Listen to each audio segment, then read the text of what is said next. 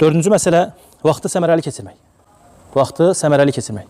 Elm tələbəsi gərək vaxtını neynəsin, səmərəli keçirsin.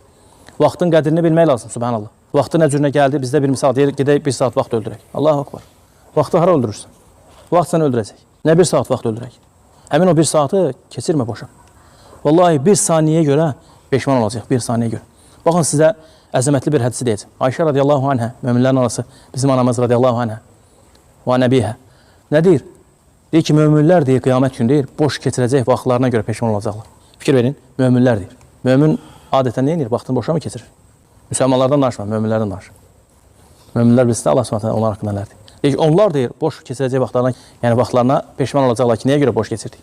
Ona görə sən elm tələbəsisənsə, elm tələb etmək istəyənsə, bu yola addım atmısansa, mütləq vaxtının qədrini bil. 1 saniyə belə keçsin.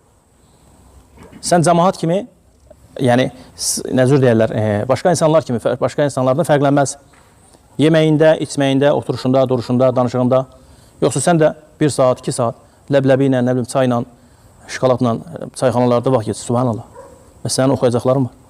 Ümmət səni gözləyir. Əgər elm tələbəsən, elə deyilmi? Qısa ilə, qardaş. Məclislərini qısa ilə. Elə məclislər var, getmə ora. Yəni, necür deyirlər, önəmli deyilsə.